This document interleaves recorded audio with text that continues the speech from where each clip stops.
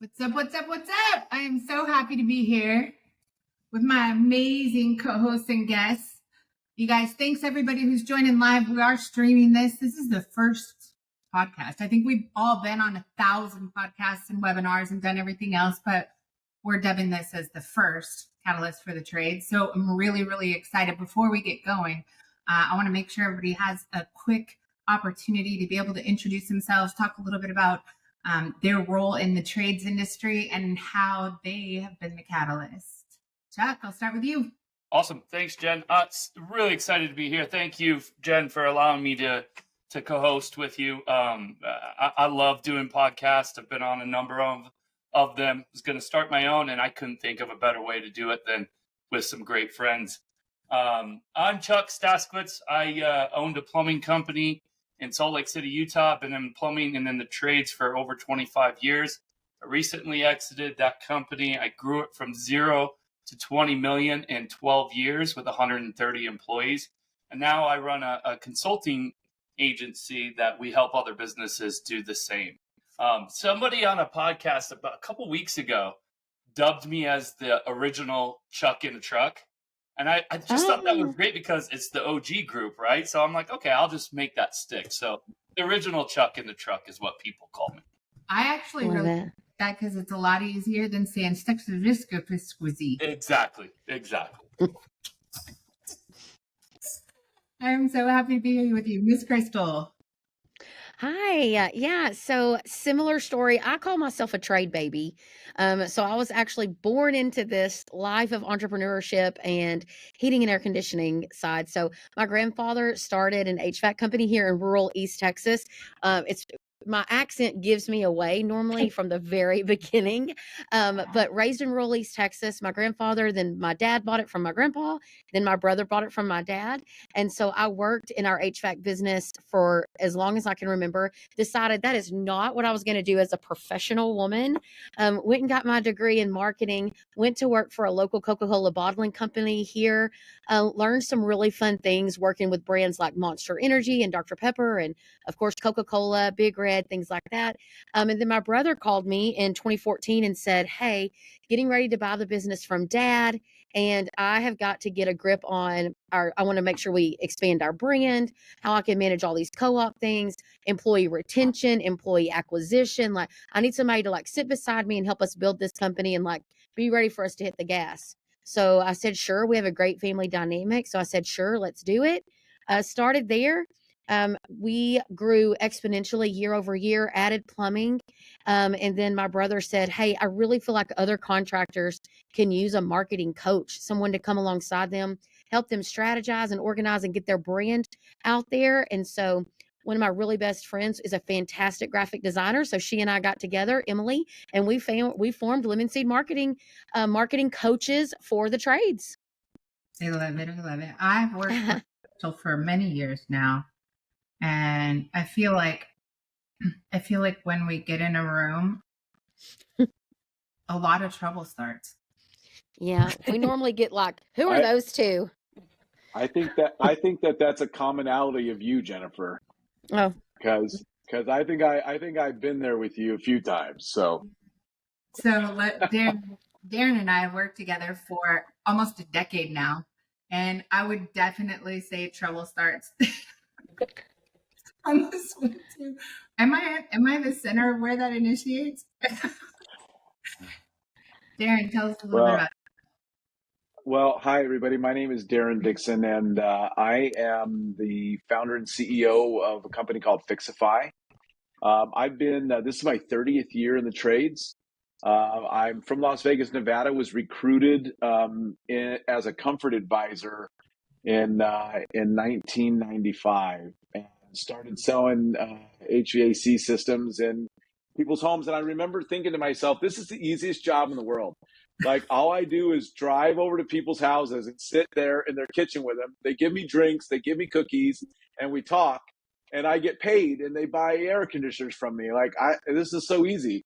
So, but that was a while back. I had the great opportunity to be mentored by some iconic individuals in this industry like Jim Abrams, John Young, Terry Nicholson, and I was fortunate enough to be able to be the first 1 hour heating and air conditioning franchisee.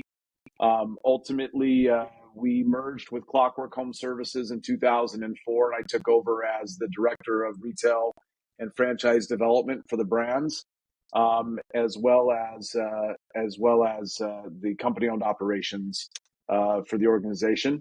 That business was purchased in 2010 by Direct Energy, which was a large company out of a utility company that was out of Canada that was actually owned by a big organization in the UK that was called Centrica. And they introduced us to some thinking that was a little bit different than the way that the industry was, kind of doing things at the time. And it's never stopped my thinking process in the way that we went about building a new type of technology that was more consumer centric than it was contractor first centric. It was consumer centric first in the platform that today we call fyxify. So I'm excited to be here, and I'm excited to share in this conversation and add to the flavor of today. You said something there that really sparked something in me, being in the trades for over 25 years. And it's this week, right? You said it's one of the easiest jobs, people giving you cookies and stuff like that. Thanksgiving was always my favorite day to work. I took on call for Thanksgiving for years. And everybody thought I was crazy. I was like, I'll just celebrate on Saturday. I'll make a bunch of money, but I'll be the hero, right? I'll go out and I'll help people in need. And I love that day. I remember it for so many years. Yeah. I mean, it's definitely when you come up in an industry where you really are serving people in their homes, it's a very different, as it's a very different job, whether you're a professional service representative, representing HVAC, plumbing, electrical, whatever it is, or you're a comfort advisor, or you're an installer, whatever you're doing. It's definitely a different industry when you think about that we do our jobs in customers' houses. Like it was fun. And I'm very grateful that I had the opportunity to learn at such an early stage in my career, and to have visionary people that shared information with me and helped me to see something that was different than the way that the majority of contractors are approaching the industry today. I know that you guys all see it too. And I'm stoked to be here with you guys and really get to participate in a conversation that I think is pretty well-rounded when you think about the different angles that we come at. It's pretty fun. So I'm excited to be here. For those of you that don't know me, I'm Jennifer Bagley, CEO of CEO Web Group, and my background is actually prior to becoming an entrepreneur, I was VP of Global Supply Chain Management and Technology Enablement, ERP implementation, which is Enterprise Resource Planning Systems. So I come from a little bit of a nerdy background, and as an entrepreneur, needed to figure out how the hell do you make money as an entrepreneur. And that was a big one because I'm an ops girl. I'm a technology and operations, and I don't think I knew a clue about marketing and sales, other than I felt like they made all the decisions that completely jacked up the entire operations, the logistics process, a lot of times profitability, giveaways, and I didn't understand any piece of that. That was back in 2009. So 2006 through 2009. So it's been really interesting to study a craft that, I knew nothing about, and getting into that home services industry was probably the biggest blessing that I could ask for, because I enjoy real people who work hard and take what they do seriously and aren't bound by massive regulatory things that make, put kind of a veil over everything. So I'm curious, I thought some of the conversation today is, what do you guys think was the biggest catalyst in your journey from when you got into the industry in some way, shape, or form to now? If you were to pick one, like what was a big pivotal moment that really either changed the trajectory of where you were headed or caused this giant light bulb moment or made you think differently or act differently? Darren. Wow. I get to go first. Okay. There's so many. That's hard, right? Because for me, it happened in phases. And so it's hard to say, but I would have to tell you that the most pivotal thing that happened for me was when I made the decision that this was the industry that I was going to spend the rest of my adult career in. Because and I hear cliches and stuff about action and making decisions and all that so much, just like I'm sure you do. But that really was what changed for me most. Because up until that point, it was a good paying job, but I really didn't envision myself, as this being my career. I thought I was going to go into law and do some other things like that. And this was the job this was the closest thing to a big boy job that I'd had at that time when I kind of, got out of having 3 jobs to 1. So that's the biggest thing, because once I made a decision that this was going to be my career and my focus was going to be on how to be the best that I could be, that had a massive impact for me. And then right behind it, I would say, is I met Jim Abrams, and Jim Abrams had such a massive impact on my life and exposed me to things that I would have probably never been exposed to before. He put me in positions that required more of me than I felt like I had to give, and I had to try my hardest to like keep up with the responsibility and what was being asked of me. And up until that point in my life, I hadn't really had to do that. I mean, like, school was easy and everything else that I did just was easy. And this was where I really had to really, really, really get serious and apply myself and face myself and challenge myself to become better. My business coach told, I think the one-liner that stuck home that follows that is, without clarity, you cannot focus. Without focus, you cannot execute. You don't execute, you won't win. That laser beam focus, I think, is critical. I don't think you can be a servant of too many things at the same time. Well, you can't, and especially the shiny things. There's all these shiny things, and entrepreneurs are easily attracted to opportunity because we recognize opportunity all around us because our brains are always solving problems. And so we see problems that need solving, and we go, if there was a problem, I'll solve it, right? I mean, but it's like, sorry, I was just throwing down a little vanilla ice there. But anyway, it's staying focused, especially when it's not mainstream. It's not an easy thing to do. And, you're gonna swim upstream.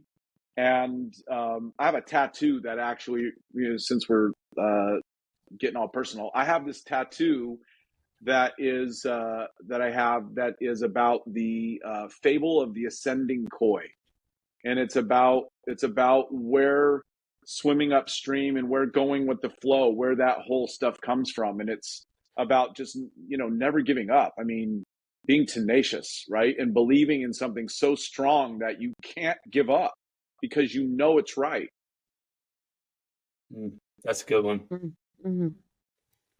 So I think we also, as entrepreneurs, instead of fixing problems, we create our own problems with that shiny object syndrome a lot. I'm very good at creating a lot of problems for myself. Is it ADD or entrepreneurship visionarist?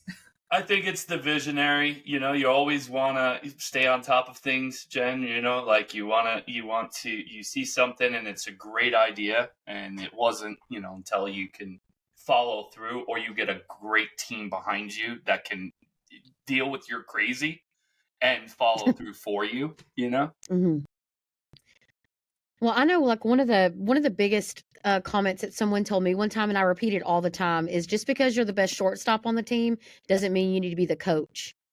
And I had to learn that, like, just because someone was a really good technician didn't mean they needed to be the lead technician that was Mhm. training others. And just because they were really good, especially on the office side, like, gosh, this is our best CSR, it doesn't mean that, because those skill sets were so different. Their leadership skills might not have been there, but they were a fantastic CSR. But we had to navigate the waters of helping people understand, like, hey, it's not that you didn't earn this leadership position. It's that your skill set doesn't align with the leadership position. But it became very much a treacherous terrain that we were trying to navigate. So I learned a lot from that experience when I was still with my family's company there, just trying, because at first you're like, oh my gosh, this is our best CSR. She needs to be the lead CSR. And then we were like, oh, wait, she's terrible at dealing with people, or, or we had some culture vultures, as I call it, to where it was very much like, now I'm boss, hear me roar, like, let me pound my chest. And so I learned that, man, just because you're the best shortstop does not mean you need to be the coach, because coaching requires a whole different set of skill sets. So I learned that. And the other thing that I learned on the marketing side of my life was progress over perfection.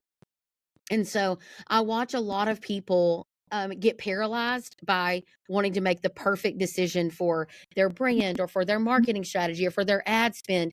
And they just take forever. And Jennifer and I have worked together with clients that were like, sir, just pick a pick. It doesn't even matter. Like, this is so trivial, like, but we're holding up a whole process over this thought of perfection. And marketing is so wild that you have to go into it with eyes wide open, that marketing is ever evolving. Your needs change, the market changes, the political climate changes. I mean, all those things. So, like, just settle in. It's like buckling up for a roller coaster. Sometimes it's nice and easy going, and sometimes the bottom falls out from underneath you. But you have a seatbelt on that's called a strategy. So, like, just be calm, cool, and collected, and stop trying to make everything, perfection. So once those things kind of came to, those are two specific, like, statements that stick in my head that were really a catalyst for me to become a better leader, and also encourage contractors that are trying to just get a solid strategy and brand in place. So those were a couple of things that were catalysts for me. Awesome. Hmm. I I have a few. I try to look for something every day, and I mean, even right now, I love not being the smartest person in the room. I think it's like the most amazing place to be, right? And right now, I'm definitely not. I'm surrounded by greatness right now, and I love that. But I would say the biggest catalyst for me, I'm gonna talk about two of them. One was I was backed against the wall, right? 2008, I moved from New Jersey to Salt Lake City, Utah, and I didn't know anybody here, but I knew I didn't want to be in New Jersey anymore. And the world was falling apart in 2008, right? Like, bad things were happening. And I came out, got a job before I moved out here, the whole 9 yards. And I worked for them for 2 years, put in solid. I was top 4 out of, 18, 20 technicians every month. I was their boiler guy, so I could, that wasn't a skill set that was as easy to find out here in Utah as it was back east. A lot of homes have boilers back east. And, so I worked for this company for 2 years, and then they fired me right before Christmas and right before I was going to have my first child. And it was right then and there. It was like, man, what am I going to do? And I couldn't find a job for more than $16 an hour at the time as a licensed plumber for over 10 years, and I said, what? So I went and took a job, $16 an hour, did it for 90 days, right? And tracked my numbers. And when I went and sat down for my 90-day review, they called me in. They're like, oh, hey, we got great news. We're tracking your billable hours, like $732 an hour. I was like, actually, it's $737. Because I was tracking it, right? And they were like, well, we're super excited. We wanna offer you $18 an hour. And I was like, what? I created your boiler department. I created your drain cleaning department. Like, you didn't have these before, and that's the best you could do. I was like, what's the next guy doing underneath me? 200 something an hour it was. I was like, look, I got to get to at least 25 an hour. And they said no. We slid the paper back and forth a few times, right? finally I just said, okay, now I'm your competition. And I never looked back, so that was one real catalyst moment for me. The other was COVID. I mean, I don't know anybody in business that that wasn't just a eye opener, right? And it was literally, I'm floating on top of the world doing $12 million in sales. Don't have, barely made it through high school, right? I was just a hustler. And then all of a sudden this happens and I said, oh no. And I had to get really humble. And I realized I went into a room where I was definitely not the smartest person, but I thought I was before I entered that room. And it took COVID to wake me up, right? And once I did that, I decided to hire a mentor, and I decided to be the dumbest person in the room. And that's why I said it excites me the most, because I know, like, from when COVID happened to where I'm at now, I've learned a ton, way more than the 20 years before that. It was incredible. It was really a catalyst for me. And it's like, it took something that big where I never, in 20 years of being in the trades, I never feared that I was going to run out of money or run out of jobs or run out of opportunities.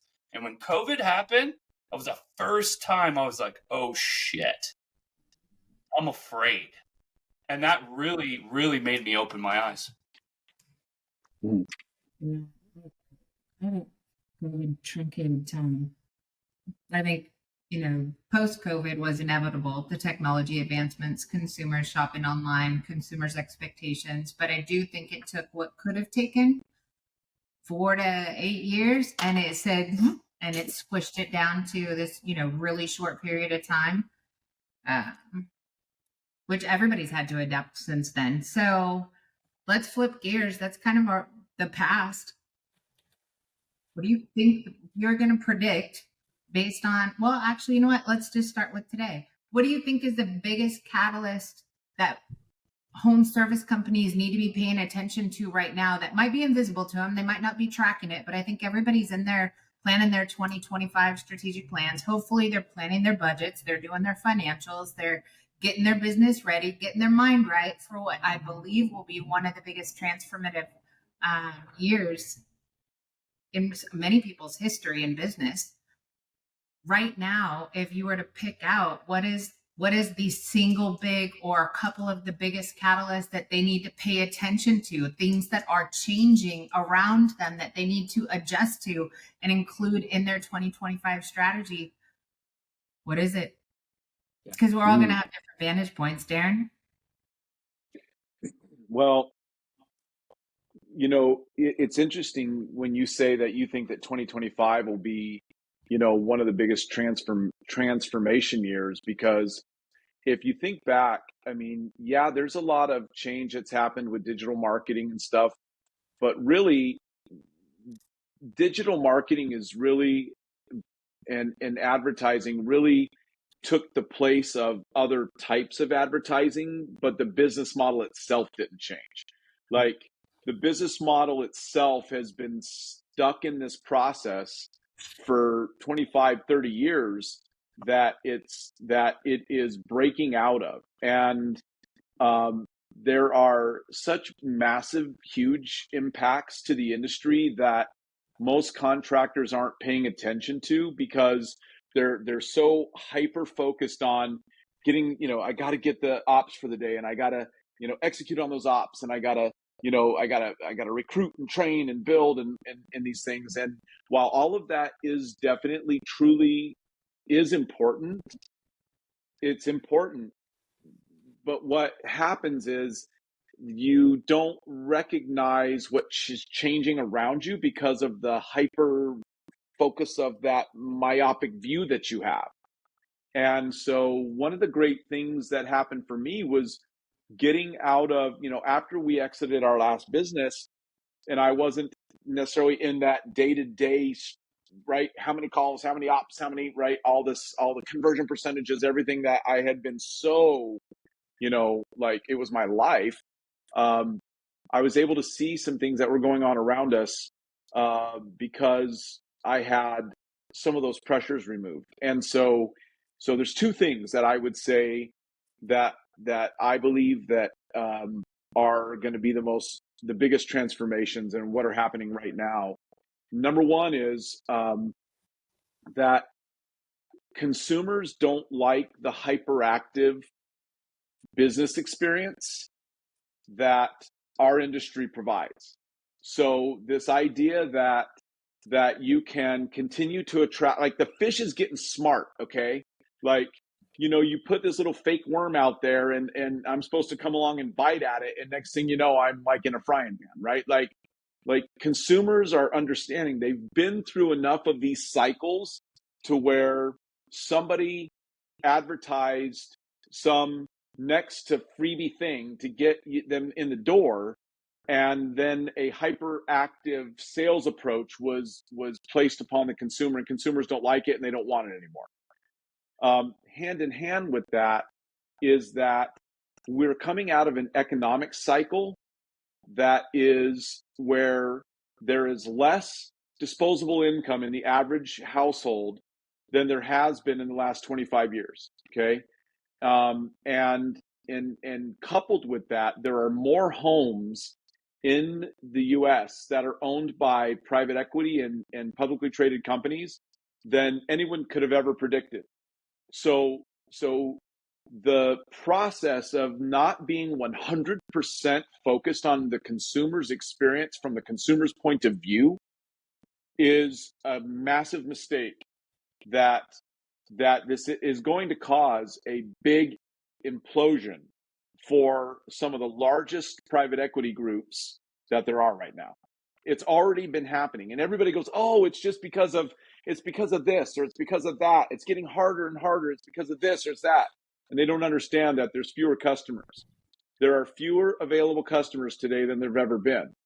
And so, Yeah. I'm sorry, what'd you say? With less money. Less money. You're talking about this big pie. Take the pie and look back up 5 years, right? And that pie of residential homeowners looked much different than now. And you start slicing out giant chunks of consumers. Yeah. All residential properties are not owned by residential people anymore, right? If it's owned by a corporation and you take all of the properties that are bought up by corporations and remove them from the pie shrinks. And then you start to take away all of those companies, like the industry's gotten better at maintenance agreements. So you start to take all of the maintenance agreements and protection plans that are now owned by somebody who owns the wall on a connected device that takes care of things, shrink the pot again. Right. There's this new weird word. That's part of my vocabulary now, called obligor, right? It used to be that we thought we were always going to visit with the obligor. So the obligor meaning the person responsible for paying, the person responsible for the decision. And today, the obligor is not the same obligor that it was when Chuck started, when I started, and when Crystal's family started. And I mean, it's a completely different business today. And trying to use old techniques on a different business, on a different model, is what you see popping up. And listen, I love all the people who are proactive out there trying to come up with new ways of doing things and all that. But realistically, trying to come up with new gimmicks to keep an old model alive is not going to work. It doesn't work. It's already shifted. Consumers don't want that anymore. And so, from my point of view, being able to make sure that the people that we influence and are out there to try to help understand how to keep their businesses alive and to keep those businesses growing, you gotta listen, and you gotta start to implement different ways of doing things, because the consumer is different. And Jen, 2 years ago, you and I did, if you remember, 2 years ago, you and I did a study on the Houston area and how many searches there were compared to how many there should have been, based on how many single family homes there were and repair cycles and et cetera, et cetera. You remember that when we did that? And it was a fraction. That was the same year that we also looked at how many of the manufacturers knew that the industry was not changing, knew that the industry was not adopting and deciding to bypass them and go directly to consumers and just use them for labor Right. reasons. Right. That is not going away. That is not going away. So I think that more and more Well, I kind of consumers wrote, and in businesses, go ahead. sorry, I kind of was in the same kind of ballpark with you on community involvement. And so, I'm a very marketer, kitschy, kind of fun take on branding. And one of the biggest things that I like to think is coming back around, so super popular several years ago, but is this being out there and being mentioned in online conversations, where people out in the marketplace are actually talking about your company and your brand. So when you think about the stuff that most of us sell every single day, it is not sexy. It is not fun to talk about, HVAC and condensers and backflow preventers. Like, that's not everybody's idea of a good time. So you have to really get creative What are you about talking what you're about? doing. Love that stuff. You have I to was really getting a get little, creative. Absolutely not, Darren. It is not sexy, only to you. hey, listen, when I come home from work, I want Whitney standing there holding a freaking pipe wrench, man. Let's go. Yeah, that's funny. My wife did a pose for me with a 4-foot pipe wrench so I could do a tattoo on my leg. So that's really fun, Sarah. So let's remove ourselves. ourselves. Yeah, I was going to say, let's remove ourselves from being like the business owner side of this.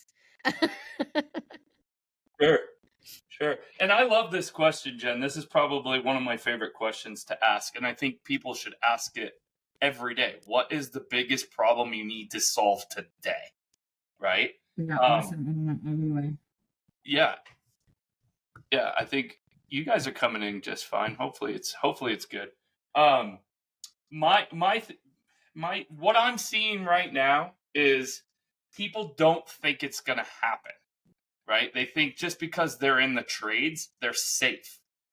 And I don't have a crystal ball, but I can tell you this. Just in the year, I sold it August 2023.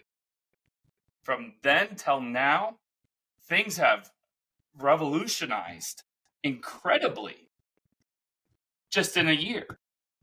So to think that it's not going to happen and you're safe, that's probably the biggest problem that I see right now. And they're focused on the problem instead of focusing on finding the solution to the problem, right? They're all complaining about, it's because of whoever's in the White House. Well, that doesn't matter. It's going to happen anyways, right? Figure out what the solution is to whoever's there, right? So I really do feel that people in the trades, we're going to be fine. Robots can't take our job. AI is not good. It's just going to help us. But if you don't know how to use AI, or you don't know how to make it, if you take and use AI or automation and you have a shitty process, it's just going to make it shittier, right?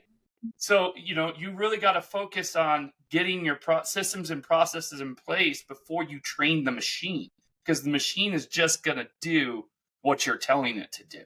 Like being broken with auto. Yeah. It doesn't help. It's crazy. I see a lot of business owners are just like, I'll automate it. I'm like, okay, you're going to automate what? You don't even know what to automate. So yeah. I just, and a couple of years ago, I said this to myself a couple of years ago. I said, it's going to be really interesting when plumbers are on TikTok and YouTube and all these things. And look at it now. It's like, that's the new thing. Everybody's on there. Everybody's trying to catch up. So what is it that you are seeing out there that not everybody is doing yet? Right. And I think it will go back to a lot of the, I think we'll go back to some of the guerrilla marketing strategies, Crystal, and you might agree or disagree with me, but I think like community events, not just on Facebook. I think Facebook is the community that you are able to widespread, but these in-person events, home shows, Yes. charity events, donating to people, I think that is really a big thing right now, because it's that trust factor. Like Darren was saying, people been there, done that. Your Facebook ads, they've seen 5,000 different versions of it. Your TikTok ads, they've now seen. They're used to it. They've had several people come in and sell them service agreements. Got to do maybe go back to, hey, we're doing something different, but it's been done before, right? But nobody's really doing it nowadays. That's my opinion. Yeah, and when you punch up, as I say, like when you really dig your heels in and start taking your brand, I call it on the road, like start being where people are. My family's company back in 2014, we adopted the idea of community marketers, literally a full-time position where all they did was cultivate your existing market. And so they were out there. We were in every parade. We were in at every festival, every downtown event, everything that we could be in. And literally we just kept adding those because it created such good brand recognition and top of mind awareness. And we were shaking hands and kissing babies. We went private label at that time. So we added a mascot that was based around my grandfather being a captain, or I'm sorry, a chief in the Navy. And so we created Sailor Mac as our mascot. We had him officially created. And we took Sailor Mac everywhere. We did digital billboards with Sailor Mac. And I just think that is one of the most forgotten pieces of building a foundationally strong brand. And so everybody's just chasing that lead that's at the bottom of the marketing funnel, and they're not putting any work up front. So it's like going out today and deciding you're going to run a marathon when you've not trained the first day. Like you got to get out there and train your market to know who you are, what you stand for, and then also like how your company looks. So technicians, how your CSRs speak on the phone, how your dispatchers dispatch, all of that has to be an experience. We all want to be entertained. I call it edutainment. We want to be entertained. We want to be engaged with. And I'm telling you that and video content, but like informational videos and branded videos, and then just having some fun. Those things I think we're watching companies get further and further apart for those that have adopted that boots on the ground style approach. They're just growing further and faster than people that are very stoic and stuck in their ways. Yeah, I think the big challenge here is number one, lack of planning, and number two, lack of vision. I mean, in reality, the majority of clients I know that we talk with right out of the gate, they haven't finished or fixed their 2025 plan. They don't have a strategic plan for 2025. You start extrapolating all this stuff. We have an underfunded business that didn't put a strong infrastructure in place to start, brand, digital processes, systems, technology, and so forth. So if I start a business and I don't have any funding, then all I have is time or money. So if we don't have money and we're not spending the time, we know what that results in. That results in no progress at all. This is, Well, if we're not talking about our 1-year plan, our 3-year plan, our 5-year plan, we're not prepping for change. That's why so many companies right now just had a horrible 2024. We knew that an election year was coming 8 years prior to that, 4 years prior to that, but with no strategic plan, there was no building. There was no nothing, right? Election years happen every 4 years. Last time I looked, right? Shoulder season comes once a year if you're in Florida, or twice a year everywhere else, right? Darren will attest to that. Progress. Big problems. I think listen, I agree with everything that you guys are saying, but I think there's this other fundamental ethos that is a challenge, and that's that when I'm sure you guys have said this 1,000 times your own self, that you got to work on your business, not in your business. Mm-hmm. But the challenge is that there's also people working on the industry, not in the industry. Okay. And so if I can't distill down an understanding of what we're even evolving into, all I can do is get better at converting here or better at converting here. And in reality, I may be converting away from what it is that the consumer actually wants. And so like I said, I don't disagree at all with anything that I've heard at all. Like I agree with Crystal about being in the community and having people know your brand and not being lazy and just taking what falls out of the bottom of the funnel, doing the work. But at the same time, we have to understand the transition of what's happening at a much larger scale in the industry itself. And what is happening all around the world, this is the last country to kind of shift this way, is that people are getting into incremental subscriptions in the way that they handle things in their lives. Think about it. I used to drive my car. I used to have to wash my own car, first of all, because I was poor. And I used to have to wash my own car. Okay. And then I had a kid and I made him wash it. And then he didn't want to wash it anymore. So then I would go over and drive it and I would pay $20 to go in and drive it through the car wash. And now I just have a subscription. Now I just show up. You want to talk about easy? Now I just show up. There's a camera. It recognizes my my license plate. As soon as I pull in, it goes bip. It opens and I drive around and I drive through and I can do that as much as I want. People don't want to talk on the phone. People don't want to have to deal with any needless communication. They want it fast. They want it easy / convenient, and they want and it has to be now, and it has to be more affordable than it's ever been in the past. And if you look at the most valuable home service businesses in the world, they do not approach the market the way that the majority, not the majority, the 99% majority. How about that? Not just the easy majority. We're talking about the rest of the industry. They're not doing $12 tune-ups. They're not doing, these little gimmicks to try to get one more call on the board. And let's face it, everybody's just copying each other, right?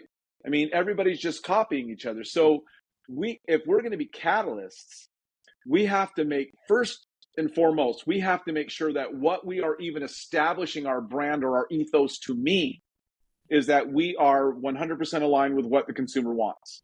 The most valuable company that is sold in our industry was $4.08 billion, and it happened in 22. Okay. In January of 22, it was sold for $4.08 billion, and most people don't even know the name of it. And they are taking customers off the market, and Jen used to call it putting a ring on the finger, right? They're putting a ring on the finger.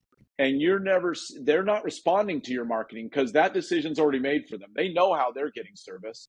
And it isn't calling in and talking to somebody who's trying to sell them this, that, or anything.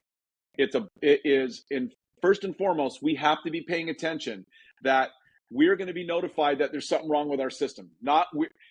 There's going to be something monitoring telling us there's something going on with your system. And it's what happens from there that is going to absolutely dictate and change the way that the industry runs for the next 10 years. Yeah. So we have to be aligned with it. There's no way my kids want someone in their house. There's no way they want someone at their kitchen table selling them anything. They don't even want to talk to somebody on the phone. They want to know that I can pay a small amount of money on a monthly basis, and there's some kind of technology in the house, like their car, because their car tells them when they need an update, they press a button. Their car tells them when they need service, they press a button. The Tesla people show up at their house and take care of it without them having to do anything. And they will pay monthly to not have to deal with people. That's right. That's right. Yeah, and that's what I'm saying, Darren. I think a lot of business owners in the trades are thinking they're safe. And they're not paying attention to this, right? You're right. They think they are, I'm just going to keep doing what I've done. Or I'll do the $29 drain cleaning or $12 tune-up, and that'll get the phone to ring. Just like the systems that tell you something's wrong, plumbers should be selling Mow and Flows. If you don't know what it is, it's a device that goes on your main water line. You can program it that you're the plumber. It has a concierge service in the app that if something's wrong or there's a drip or there's a leaky toilet, it says, hey, do you want to call Chuck in the truck? the technology is there. It's all over, right? And I don't know why insurance companies aren't pushing this on every home. It shuts the water off if there's a flood. I have it on both of my homes. I love it. Yeah. You're 100% right. You know what, Chuck, I think has got people so stuck? If you think about it, think about in Salt Lake alone, right? And I can do the same thing here, and Crystal can do the same thing in Texas, and Jen can do the same thing where she's at. You throw a stone and you're going to hit a company owned by private equity, okay? 1,000%. They are stuck, Chuck, okay? They are stuck, Chuck. They can't change business models. They've already sold that business model forward. They've already bought the next 10 years of earnings, or in some cases more than that, of those businesses. They can't go, oh, by the way, hold on one second. We're going to slow this thing down. No, that is exactly why these business models implode. And we've watched it. I've watched it cycle 2 times in my life. So let me ask you a question, Darren. If you owned a company, a home service company right now, and it was doing $1 million or $2 million a year, 5, 6 employees, and you were in right today, what are 1 or 2 things you would be doing to combat this? Well, I would be converting my business to Costco. Yep. You can't come in the door without having a membership. Yep. And you've got to make, but the value proposition has to be so high that I want that membership, right? Why do we want to go to Costco? Costco is one of the highest performing stocks that has ever been. It just continuously grows and grows and grows and grows and grows. And why? Because there's something inside there that people want, right? So what is it? It's the experience that's inside there, right? Yeah. So it's either, I can buy, it smells like muffins when I walk in, and, I've got all the great TVs and all the cool stuff, and I can, I love the place. I like go around, I can eat little snacks and shit while I'm, shopping, but it's the experience that makes me want the membership, right? So the direct answer to your question is that, and this is the problem, is that most contractors can't do what I'm about to say. And the reason that they can't is because, 1, they're financially not able, and 2, they're not even licensed to do it. But that is, you have to be selling an insurance policy, period. Mm-hmm. You have to be selling an insurance policy, and you can't because you're not licensed to. And that's part of why Jennifer wanted me to come, is because we recognized that and said, how can we leverage relationships that we have? So we have a very large relationship with a company, Fortune 125 company, that through our platform allows us to provide contractors that mechanism so that they can offer that relevant service opportunity to their customers. I would be converting every one of my customers to that. That plan is not just maintenance. That is a protection plan that covers my repairs and my maintenance. And it's a manageable fee that I can easily adapt to. Now, again, the trap. If I had a $20 million company, you said $1 million to $2 million company. Yeah. If I had a $20 million company, I'd be looking for $1 to $2 million companies in other markets and start converting them to this, because I know that where we were at, we were so caught in a trap where we had to, our overhead had become so relative to the business model we were in that we couldn't shift. We couldn't even possibly think of it. But we've been able to show, and Jen and I have done this model together multiple times. And listen, if you can get Ruth King to agree with you on something, then you know, right? So the key is this, is that when you're looking at your business, you should be managing your business on average transactional value, right? You should be looking at that business and saying, every time we go see somebody, here's what that average transactional value looks like. The reason that most guys or most companies get stuck is because they get hung up on this average transactional value, and they have to keep doing it because they can't pare back their overhead expense to convert into a model that is more scalable and more sustainable. Yeah, I saw a company here in Salt Lake try to do this a few years ago. They did get licensed to offer insurance on it. I don't think it was the right company. I think it was a great model. I don't think it was the right company delivering it. You have to have a huge data sample to be able to table this thing. You can't just being licensed. You're not financially capable to do it. You have to be part of something that's bigger. And well, you look at home warranties, same thing, right? It's the same thing, but they expire. So maybe it's an extension. I don't know, but definitely I do agree. It's not a service agreement. It's an insurance. Yeah. Yep. And it never expires. Right. In its simplest form, marketing brings you new customers to put a ring on it and take those customers off of the market. And if that's not the cycle, you're in trouble because you're always hunting. And I mean, you asked what would I do? Number one is I'd freaking pause. I'd go get a business loan to do it right. And I would get a group of advisors that understand where the industry's going, not just where the industry's been. And the challenge is that majority of these events, you're hearing historically from how people started and grew their business from 5 years ago, 10 years ago, and 20 years ago, and it's not the same.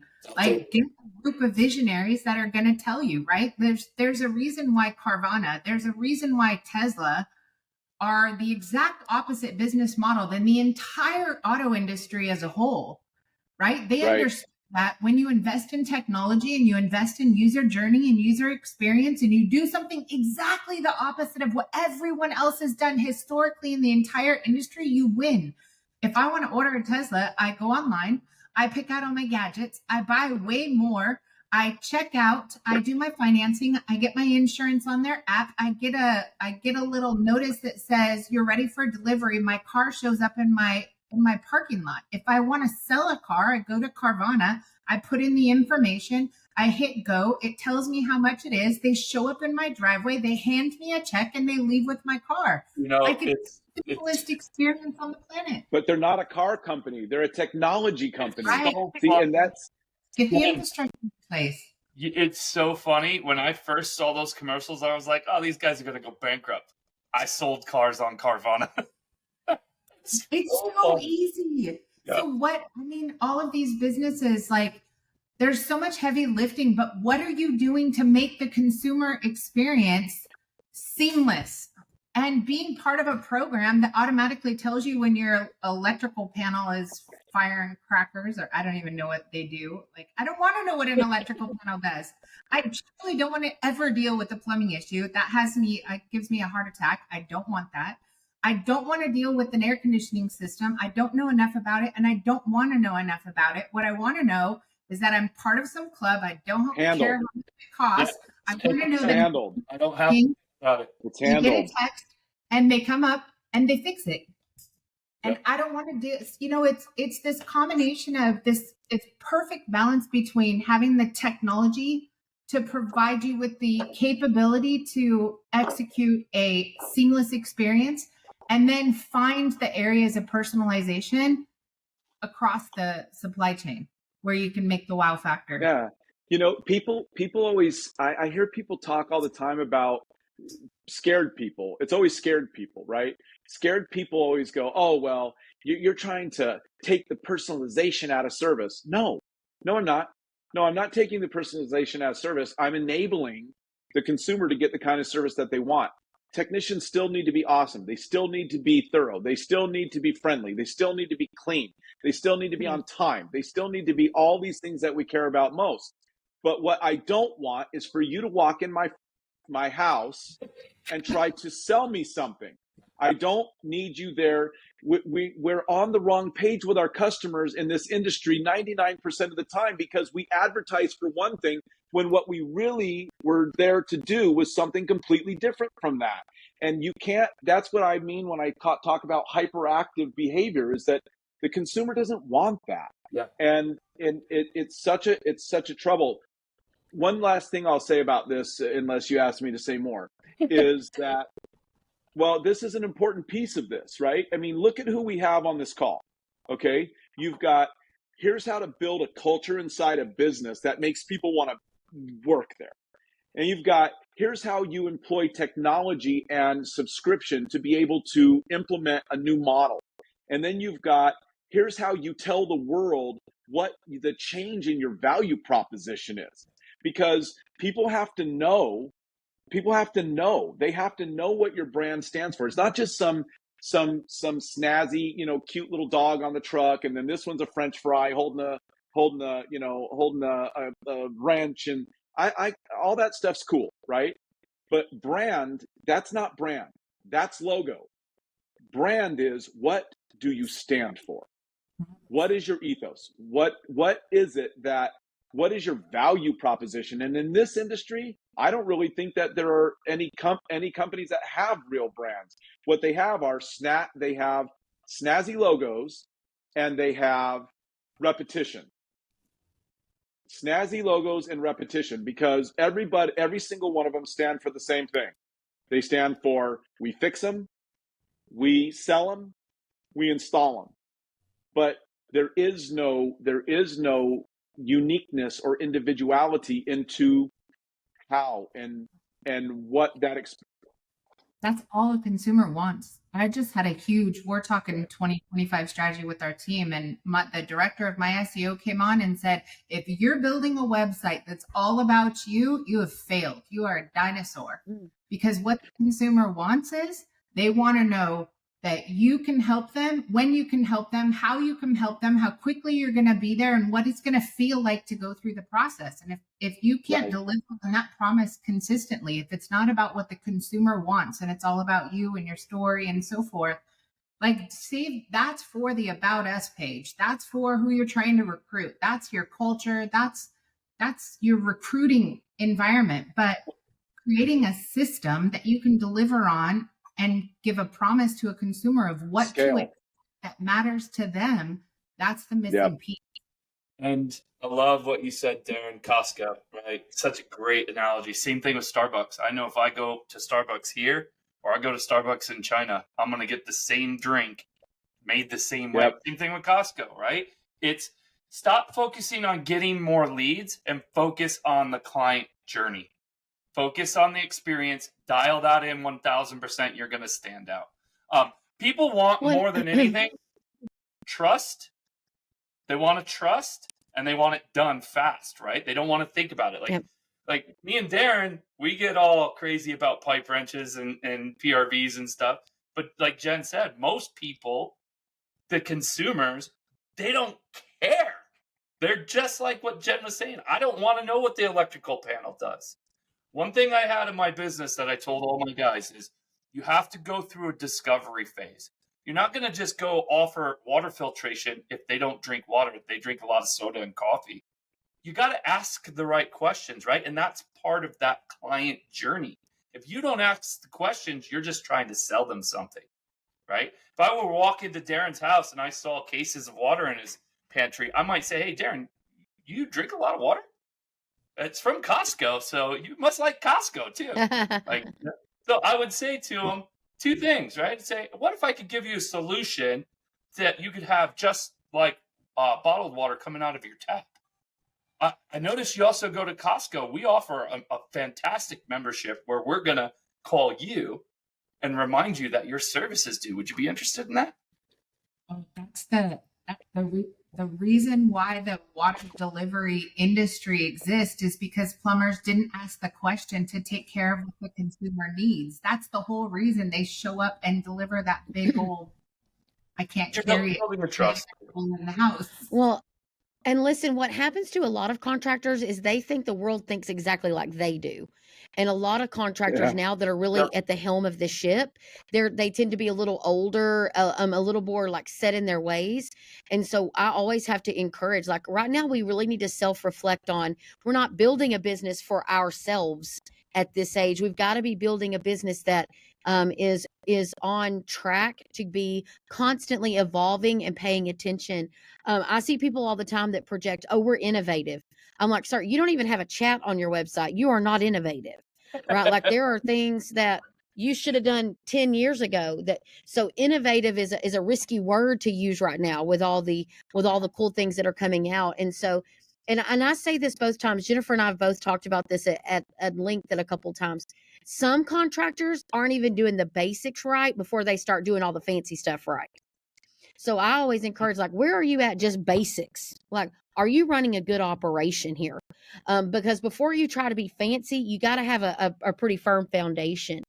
And so all of this is such great advice for those people that have a solid foundation and just need to make a pivot, right? But some people that are listening probably need to really look back and make sure their foundation is not built on crumbles and that they're actually able to withstand the changing. That's so true, Crystal. You know how you can tell too is tell me how many people you work with can answer these questions. I'll just give you 3 questions, okay? Number 1, what does it cost you to get a customer? Okay. Number 2, what is your retention rate? And number 3, what does LTV mean? You ask that you tell me. I have yet to find anybody who even considers themselves to be a sophisticated contractor be able to answer those 3 questions. Now, they may be able to answer 1, okay, but they can't answer the other 2, and most of them can't answer any of them. Now, you tell me if we're building a consumer-centric business if we don't know the answers to those questions. I think, yeah, and I'm limited. Yeah, I really think, again, we get in, I'm sorry, Jennifer, we get into this boat of contractors that, like, I feel like they're trying to go to a NASCAR race and they're in this little bitty clunker. Like they don't even know what they need to know. We launched a new process at Lemon Seed where we ask clients to show us their average tickets on a very, very, very low level. And a lot of them are like, I really don't monitor that. And I'm like, okay, that's not a good sign. It's not a good place for us to start. It's so, like, we almost need to separate this out into different courses, because if you have on the majority of the industry, I would say probably 60 to 80% of the entire industry is a small contractor, underfunded, no strategic plan, lack of systems, lack of processes, is basically operating a job without all the risk. Or I'm sorry, operating a job with all the risk, right? And then you have the middle, and the middle's gotten a little bit over the hump and is dibbling and dabbling, still underfunded, still not investing, still no strategic plan, still no why. How do you build a strategic plan if you don't have a goal, right? Because obviously if I'm looking at my financials, I'm evaluating my P&L, I'm evaluating my cash flow, I'm evaluating what my plan is going to be, whether it's investing in technology or people or new trucks or branding or marketing or lead gen or whatever. If I don't know what the goal is, the 3-year goal, the 5-year goal, what am I going to do? Because it's a company like Crystal, explain the strategy for the pest control company. That I'm going to launch this company. I'm going to put the majority of all of my profits right back into the business, because my job right now in this phase with your goal is I need to invest in building the business as quickly as possible. Whereas if I plan on selling the business in 3 years, then I want to bulk up on my EBITDA. I want to build what's in the bank. So I'm looking at operational efficiencies to be able to put myself in a good position for sale. It's just with technology changes in today's environment, with consumer adoption and changes, with having new competitors in the landscape going direct to consumer, be it manufacturers or be it retailers, with part of the market coming off of the grid, even the available market that we can go to market with, like all of these different factors are all catalysts in this huge change. And when you add AI and you add technology advancements, Like the problem is the gap between where we need to be and where we are was already off last year pre-AI. It was already off the year before that when consumers were coming post-COVID and used to a more e-commerce style transaction. It was already off. Like we were so far behind 1 year ago, 2 years ago, 3 years ago. And now you implement something like AI and it's going to extrapolate. We think COVID caused a tremendous amount of change in a really short period of time. COVID ain't got shit on what's going to happen with consumer adoption of it. I was just going to say that, Jen. Wake up. Wake up. You know, but the challenge is that you don't know what to do. Like contractors don't know what to do. Like you can sit here and be listening to this and go, you know what? I believe you. I believe you. I believe you. But what do I do? One of the things that, you know, I remember watching Jim on stage one time and he was talking about this. Gosh, this was, you know, in probably 07 or 06. Like we're talking 18 years ago. That's crazy that was 18 years ago, but it was. And the answer was if you are a smaller contractor, I mean, realistically, unless you're like, look, if Chuck well-funded decided, hey, I'm going to go out there and I'm going to buy a little business, I'm going to grow it, different story. That's not what we're talking about here. We're talking about if you are a small contractor, it's all, the ship's already sailed. It's already gone. It's you're not going to outmarket. You are not going to outmarket the leaders in your marketplace, period. You've got to mob up. You've got to mob up. So what I believe is going to come out of this thing, Jennifer, is a super company. And that super company is going to be geared on creating the consumer attraction, but with a model that allows small entrepreneurs to be able to still be small entrepreneurs. Because realistically, that's the only way they're going to survive. They're never going to outmarket private equity. I mean, our last year before our exit, our marketing budget was twice the size of the average competitor in the market. It's too late. Yeah. And you go, oh, well, I'll just do this word of mouth thing. You know, I mean, look, that's going to be, that works. That's not, it doesn't work in Los Angeles. And, you know, I appreciated what Crystal said when she was like, you know, you want to be part of conversations that the community's having. Totally agree with that. But when you think about it from a holistic and larger scale, it's going to be a super company that comes together and is going to ultimately create an ecosystem that allows for small entrepreneurs to exist within that ecosystem and still have the freedoms of why they went into business. I don't believe that most entrepreneurs in home services went into business to be mega millionaires. I just don't think that that's true. I think they wanted freedom. I think they wanted the freedom. I think they wanted to be able to make more of their own hours. They wanted to be able to, you know, decide what they were going to earn and earn for themselves and not have somebody. But you know what? If I have a $2 million HVAC business, which was like a $500,000 HVAC business 4 years ago, okay, or 5 years ago, if I have a $2 million HVAC business making 10 points, I do make significantly more than the average technician or the average installer or the average whatever. And whether that's, you know, 200,000, 250,000, whatever it is, I mean, that is still a good living in America.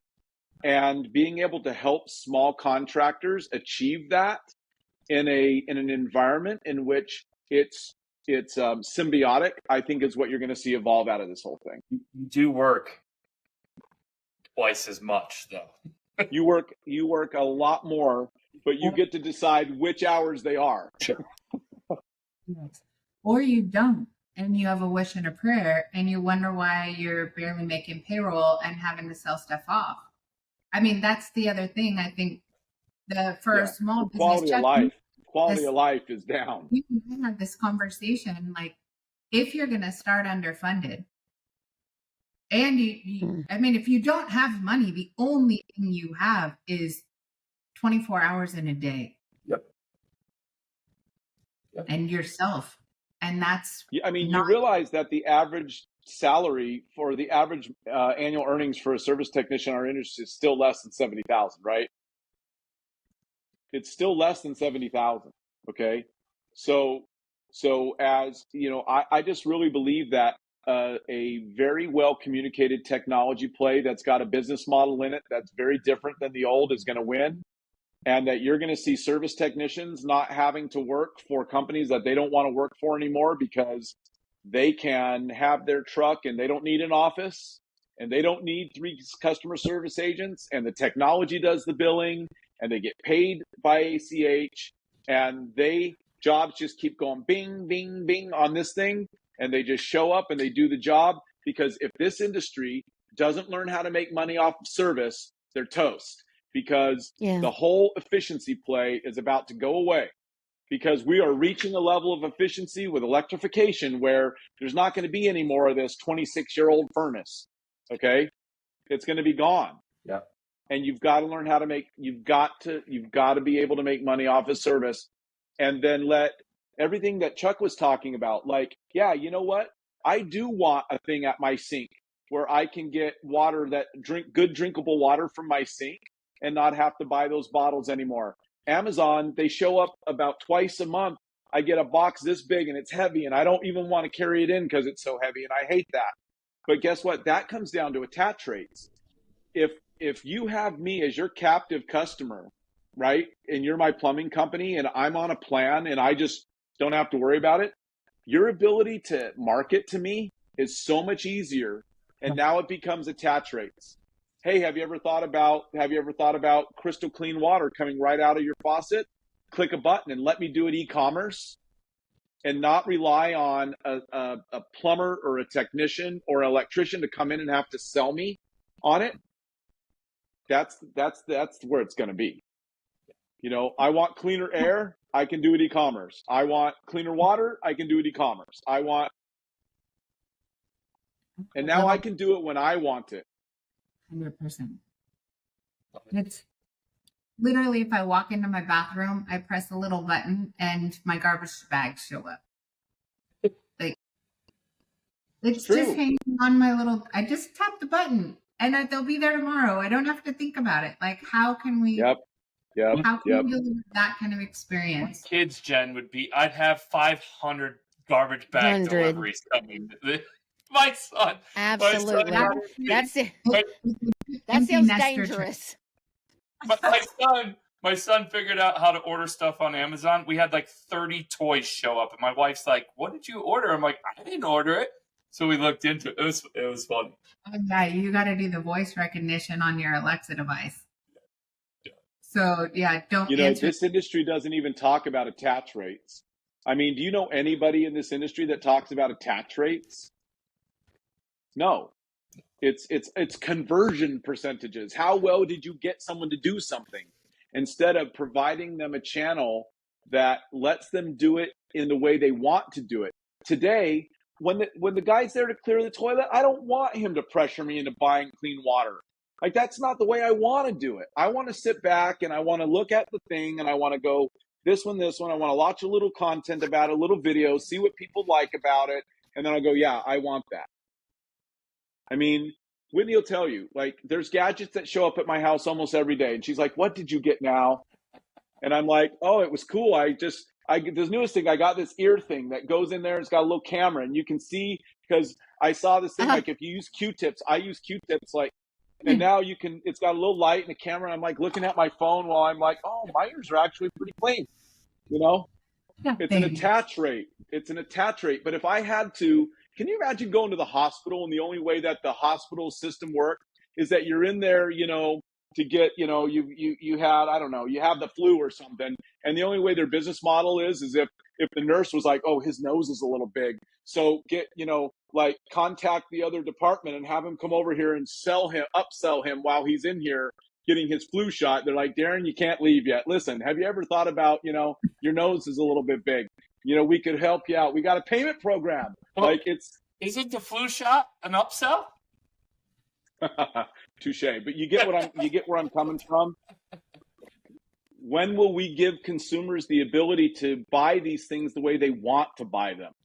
And that's our whole technological approach, is that once we have earned you, because we've made the necessity part of the job so easy, you don't have to resent us. You don't have to feel like, right? Because something's going on with your plumbing, your electrical, or your HVAC.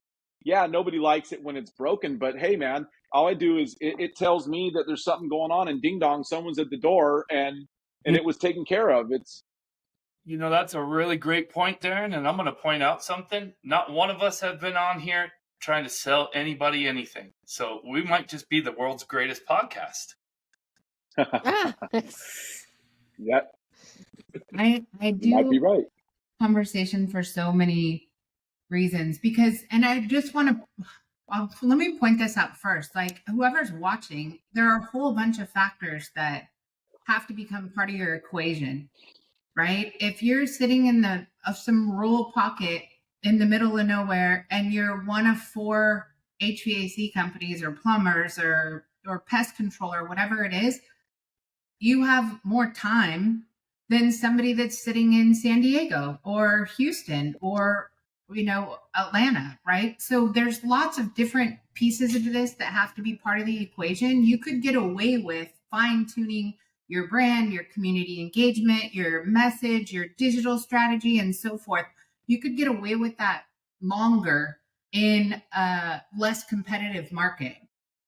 But if you decided you wanted to go into business in home services in one of the major metropolitan statistical markets, like, that time is shrinking really, really quick because of consumers' adaptation to technology. They're used to getting a more fluid and simplistic experience in every other thing they do in their life.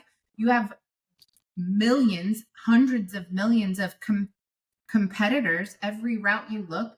I mean, they're saying right now that from a digital standpoint, that this is this short little window, this short little moment where there's a little bit of a competitive advantage. I'll give you 2 examples.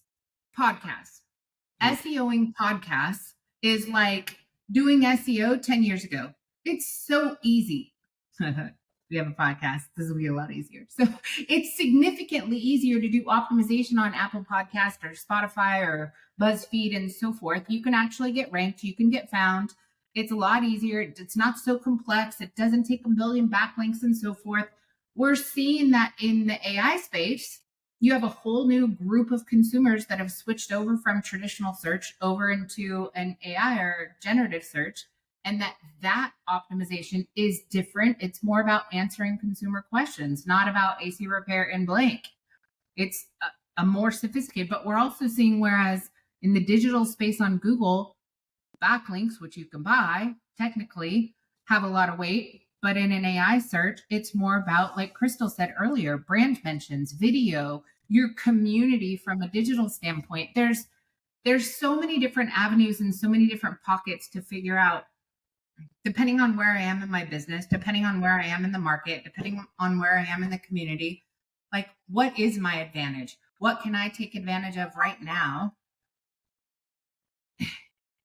This isn't a one size fits all. We're talking about a whole bunch of different things, but you've really got to sit down and strategize with people who have various perspectives, a lot of experience, and that can force you to get out of your comfort zone and think a little bit different than you are right now, because the one thing that is constant is freaking change. Yep. Amen. You know what I think distills out of this thing? What I think distills out of this is a solution. I think that what distills out of this conversation and these relationships that we've been building, through each other, right, is a solution.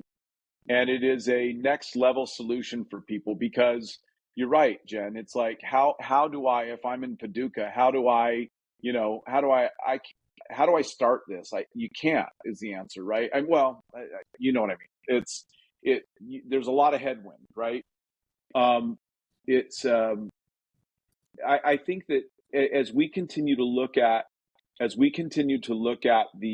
industry, let me just ask you this. how does it make you feel when you don't have to think about something and somebody just does something that's important to you for you?